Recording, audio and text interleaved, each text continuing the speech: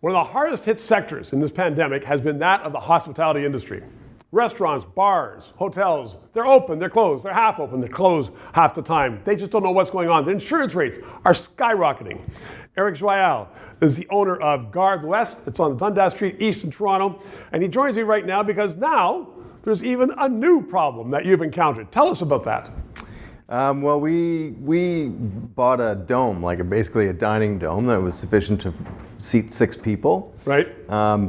Well ventilated. We wanted to create a really interesting and new sort of hospitality experience. Was it where your patio was? Yeah, on the patio. Yeah. On the patio.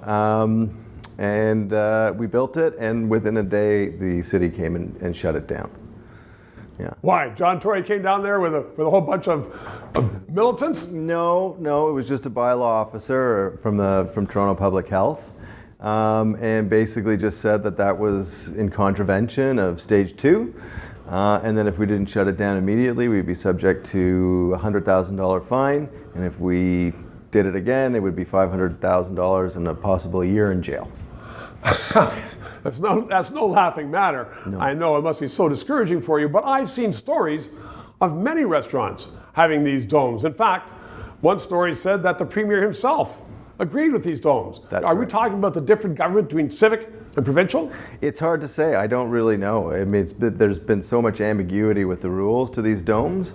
It's hard to get a straight answer from either the city or the provincial government. Did that city official tell you that you can do X, Y, and Z? You can open it here and do something else to make sure that this dome is accessible? No. Or he just said, out? Just flat out closed it down without really getting into why we had it, what protocols we were putting in place, what rules we had internally, like the fact that we were encouraging it to be members of the same household to use it, things of that nature. So it could be, or it could have been, because you're a law body, I'm sure you closed it down, but it could have been one of the safest places in the city of Toronto to have dinner. Quite possibly, yes, I believe so. Have you spoken to a councillor, or are you?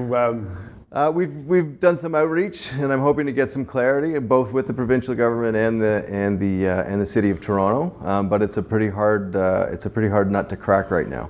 And meanwhile, your employees are off and on, and they don't know what's going on. And yeah, you as the owner. Yeah, the sands are shifting daily. I guess it's tough to order lettuce and then have it sit there while going rotten for days as well. That's a problem. Yeah, I mean, and the new restrictions are another challenge that we have to deal with.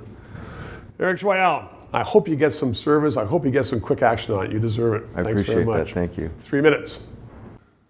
So thank you for watching. In response to many queries, I want you to know I don't always dress like Don Cherry. He dresses like me, sometimes. But seriously, we are going to continue to follow the stories that matter to you. The corruption in Ottawa, COVID, the response of officials to it, and what's going on with your taxpayers' money. If you like these stories, please subscribe. You can press the button, it's right up there. And my webpage is right down below here. It's free, and we are providing the service because we want to make sure that Canadians know what's going on.